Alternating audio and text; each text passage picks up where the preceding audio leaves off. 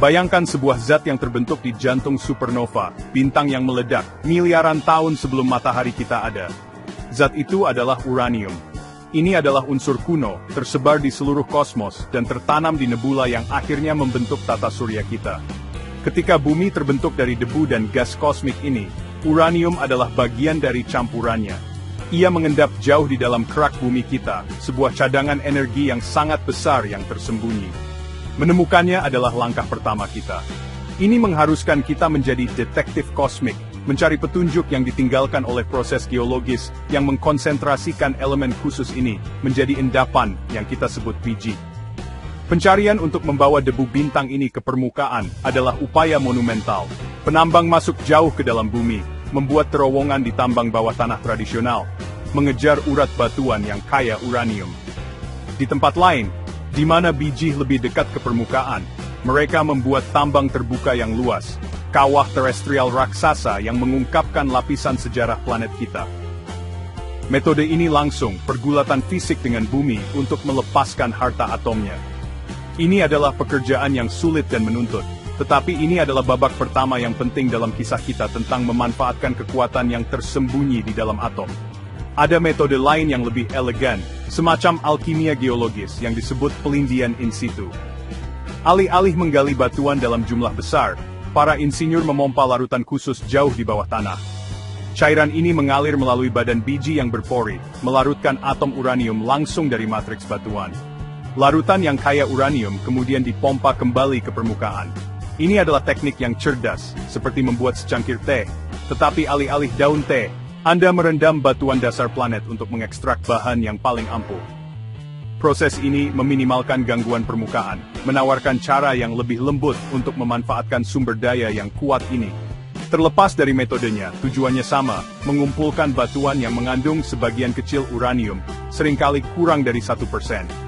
Bahan mentah ini, biji uranium, hanyalah permulaan. Ini adalah batu yang kasar dan belum diolah, menyimpan potensi energi yang sangat besar, tetapi belum siap untuk memberi daya pada dunia kita. Perjalanan dari batuan sederhana ini ke sumber energi bersih adalah bukti kecerdikan manusia. Kita telah belajar untuk mengambil bagian dari bintang yang telah lama mati ini, dan mempersiapkannya untuk tujuan baru untuk menerangi kota-kota kita, dan memberi daya pada masa depan kita. Setelah biji uranium diambil dari bumi, ia tiba di fasilitas penggilingan. Anggap saja tempat ini sebagai dapur seorang alkemis, di mana hukum kimia dan fisika digunakan untuk mengubah batuan sederhana menjadi sesuatu yang jauh lebih berharga. Langkah pertama murni mekanis. Bongkahan biji yang besar dihancurkan dan digiling menjadi bubuk halus seperti pasir. Proses ini bertujuan untuk meningkatkan luas permukaan. Dengan memecah biji menjadi partikel-partikel kecil, kita mengekspos lebih banyak atom uranium, membuatnya dapat diakses untuk reaksi kimia yang akan terjadi. Ini adalah persiapan paksa untuk tarian molekul yang jauh lebih rumit. Selanjutnya, bubuk halus ini dicampur dengan larutan asam atau basa dalam bejana besar. Ini adalah tahap pelindian, di mana keajaiban sesungguhnya dimulai. Larutan kimia bertindak sebagai pelarut, secara selektif melarutkan uranium dan memisahkannya dari mineral lain yang kurang berguna dalam biji. Ini adalah rendaman kimia yang dikontrol dengan hati-hati, yang dirancang untuk mengeluarkan atom uranium dari teman-teman batunya. Yang tersisa adalah cairan yang kaya uranium, semacam subatom. Limbah padat yang tersisa, atau tailing, dikelola dan disimpan dengan hati-hati, karena keselamatan adalah yang terpenting di setiap langkah proses yang rumit ini. Sekarang, kita harus mengeluarkan uranium dari larutan cair ini. Ini dilakukan melalui proses seperti pertukaran ion atau ekstraksi pelarut, yang mungkin terdengar rumit, tetapi idenya sederhana. Bayangkan menggunakan spons mikroskopis khusus yang hanya menyerap uranium. Proses ini menggunakan agen kimia yang secara eksklusif berikatan dengan atom uranium, menariknya keluar dari subs sambil meninggalkan kotoran lain.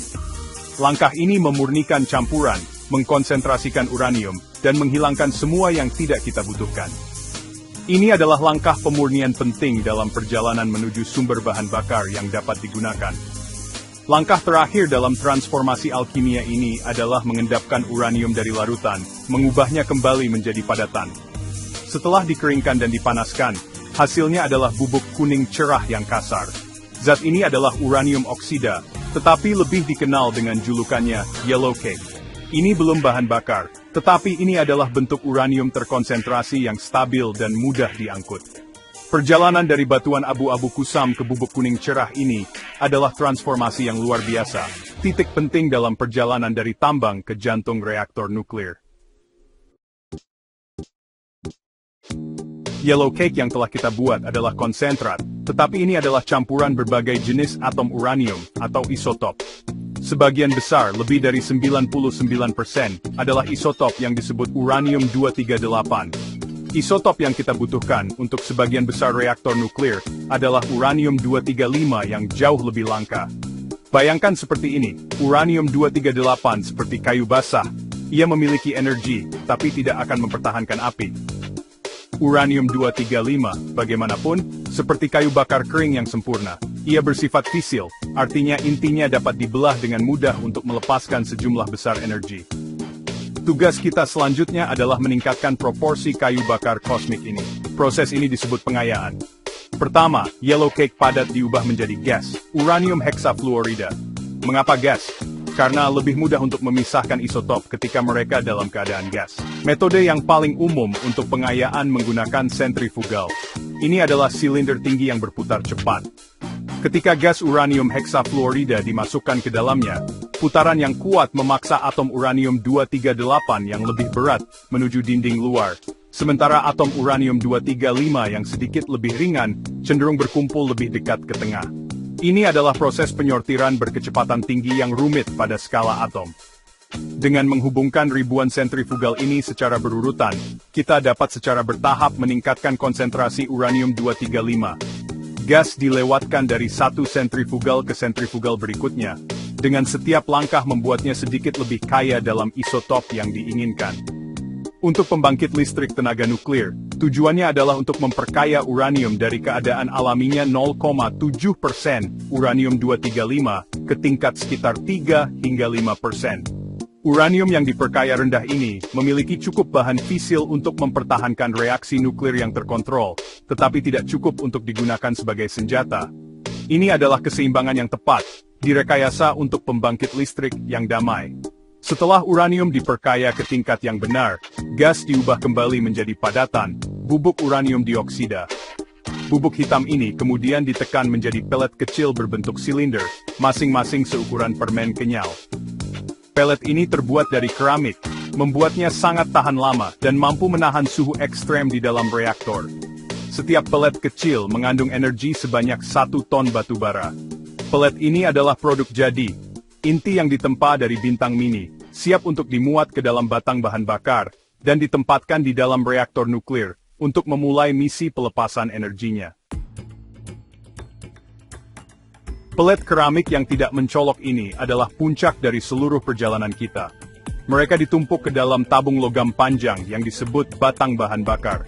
Bundel batang ini membentuk rakitan bahan bakar, dan ratusan rakitan ini membentuk inti reaktor nuklir. Di sini, di dalam jantung yang terlindung, baja dan beton ini, kita akhirnya melepaskan kekuatan atom. Kita memulai reaksi berantai yang terkontrol. Sebuah neutron menghantam inti uranium-235, menyebabkannya terbelah, sebuah proses yang disebut fisi. Peristiwa fisi tunggal ini melepaskan sejumlah besar energi, bersama dengan lebih banyak neutron, yang kemudian membelah atom uranium lainnya. Reaksi berantai yang berkelanjutan ini, menghasilkan sejumlah besar panas. Tapi kita tidak membangun bom, kita membangun sumber daya. Reaksi dikontrol dengan cermat menggunakan batang kendali, yang menyerap kelebihan neutron untuk menjaga reaksi tetap stabil. Panas digunakan untuk merebus air, menciptakan uap bertekanan tinggi. Uap ini kemudian disalurkan untuk memutar turbin yang terhubung ke generator yang menghasilkan listrik. Ini adalah prinsip dasar yang sama dengan pembangkit batu bara atau gas, menggunakan panas untuk membuat uap untuk memutar turbin. Tetapi sumber panasnya adalah gaya fundamental yang menyatukan alam semesta. Peran energi nuklir di dunia modern kita sangat besar. Hingga hari ini, 22 Juli 2025, peradaban kita memiliki kebutuhan listrik yang tak terpuaskan. Tenaga nuklir menyediakan sebagian besar energi itu, tanpa melepaskan gas rumah kaca yang berkontribusi terhadap perubahan iklim. Ini adalah sumber daya dasar, artinya dapat beroperasi terus-menerus, 24 jam sehari, 7 hari seminggu, menyediakan fondasi yang stabil dan andal untuk jaringan listrik kita. Tidak seperti tenaga surya atau angin, ia tidak bergantung pada cuaca atau waktu. Ini adalah alat yang ampuh dalam transisi kita dari bahan bakar fosil. Dari supernova yang menempanya hingga tambang yang menggali, dari pabrik yang memurnikannya hingga reaktor yang membelahnya, perjalanan uranium adalah kisah kosmik sains dan teknik. Setiap langkah, dari penambangan hingga pengayaan hingga pembangkit listrik, diatur oleh protokol keselamatan yang ketat. Mengelola bahan radioaktif dan limbah nuklir yang dihasilkan adalah tantangan yang kita tangani dengan sangat serius.